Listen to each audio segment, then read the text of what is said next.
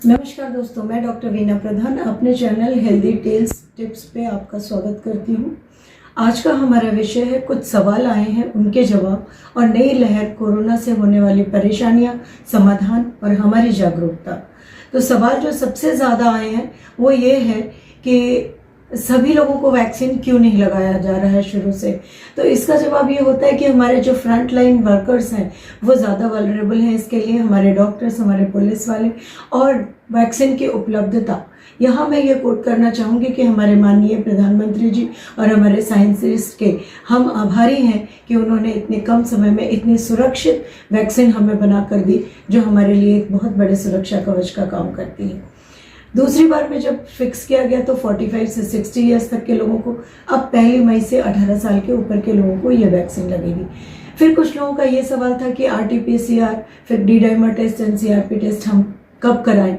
तो ये तब कराने की ज़रूरत है जब आपके डॉक्टर सलाह दें। अपने आप से किसी भी सिम्टम के होने पर आप पैनिक ही ना हो और जा करके ये टेस्ट ना कराने लगे। इसमें आपके पैसे की भी बढ़त है, खर्च ज़्यादा है और जिन्हें ज़रूरत है उनके टेस्ट नहीं हो पाएंगे समय से। फिर बात आई, कुछ लोगों ने ये पूछा कि मैडम इसमें स्पेशल डाइट क्या है। तो डाइट के लिए मैं पहले आपको बता चुकी हूँ, पर अब फिर एक बार रिवाइज करती हूँ कि डाइट में हमारी चीज़ें जो हैं उसमें specially vitamin B6, vitamin C, vitamin E, antioxidants, फिर आपका जिंक, ये चीज़ें बहुत ज़रूरी हैं जो हमारे सीज़न में हमें अभी मिल रही हैं। जैसे हमारे केला है, खीरा है, ककड़ी है, गाजर है, टमाटर है, अंकुरित चीज़ें हैं, ओट्स हैं, फिर आपका खट्टे फल हैं जैसे संतरा है, आंवला है, फिर है सेब है और पालक है, फिर जो स्प्राउट्स हैं और साबुत अनाज हैं, इन चीज़ों में हमें मिल जाएंगे।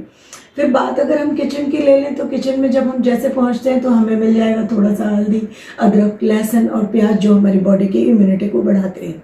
इसके डिटेल हमारे लिंक जो दी हुई है उसमें आप पूरा देख सकते हैं। अब हमारे सवाल ये आते हैं कि हमारे सवाल हैं कि कौन सा बेटर है वैक्सीन, जो दो अभी अवेलेबल है जैसे कोवैक्सीन और कोविशील्ड। तो दोनों ही बेटर हैं, दोनों ही सुरक्षित हैं, क्योंकि किसी से भी कोई रिएक्शन अभी ऐसी कोई रिकॉर्डेड नहीं है जिससे किसी की जान को परेशानी हो।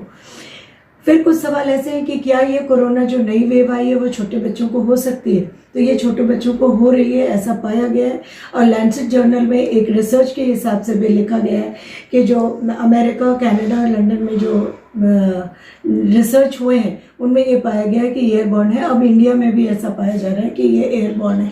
तो जितनी सुरक्षा आप अपने लिए करते हैं उतनी अपने बच्चों के भी करें, क्योंकि बड़ों का निकलना ज़रूरी है। वो निकलते हैं, नौकरी के लिए जाते हैं, तो वो पूरी सुरक्षा का ध्यान रखें और अपने बच्चों को भी उतना ही ध्यान रखें जितना आप ले करते हैं।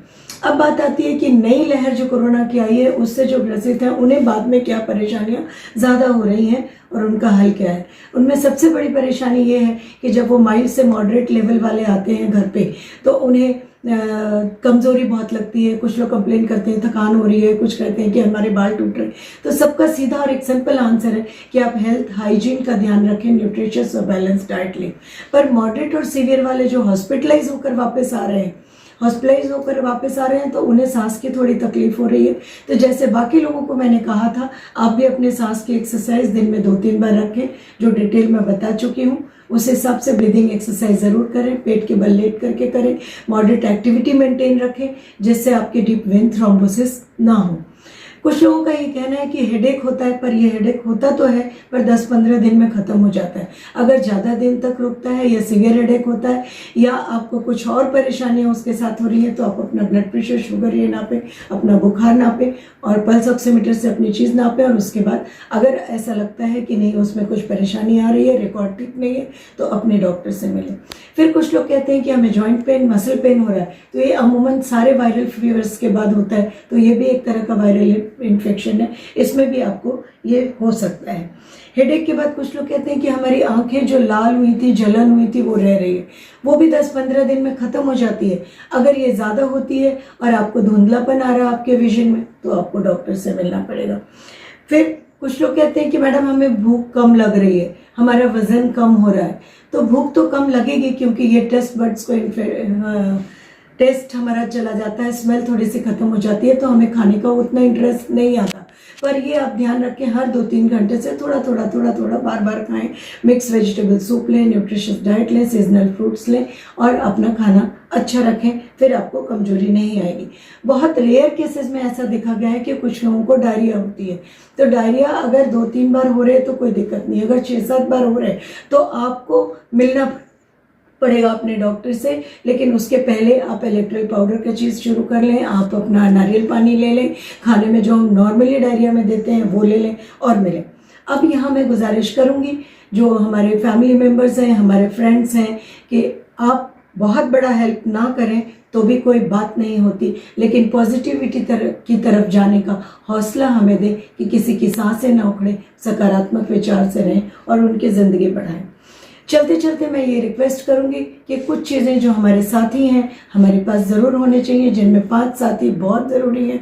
सबसे पहली चीज़ है मास्क, दूसरा है सैनिटाइज़र, तीसरा सोशल डिस्टेंसिंग, चौथी चीज़ है आपका डिजिटल बीपी इंस्ट्रूमेंट, और जो सबसे ज़रूरी है वो आपका पल्स ऑक्सीमीटर, जिससे आप अपना ऑक्सीजन सैचुरेशन नाप सकते हैं। अगर ये दिन में तीन बार ले रहे हैं और उसमें वेरिएशन बहुत ज़्यादा आ रहा है, सबसे स्पेसिफिक कि 95 के नीचे जा रहा है, तो आपको ज़रूर डॉक्टर से मिलना है। यहाँ जो मैंने आपको बताई थी 6 मिनट वॉकिंग एक्सरसाइज का, उसके पहले 95 अगर है आपका, कोई दिक्कत नहीं। वॉकिंग के बाद अगर ये कम होता है तो परेशानियाँ हैं, और फिर अगर 60 के ऊपर है आपको, 3 मिनट्स में आप थक रहे हैं और ऑक्सीजन सैचुरेशन कम हो रहा है, तो ज़रूर डॉक्टर से मिलें। धन्यवाद। आप खुश रहें, स्वस्थ रहें, इसी कामना के साथ मैं ख़त्म करती हूँ इससे, और फिर मिलूंगी कुछ नए आयाम के साथ। आज फैमिली एंड फ्रेंड्स का मोरल सपोर्ट ज़रूरी है। किसी की सांसें उखड़ने ना दें, कुछ नहीं तो हौसला ज़रूर दें।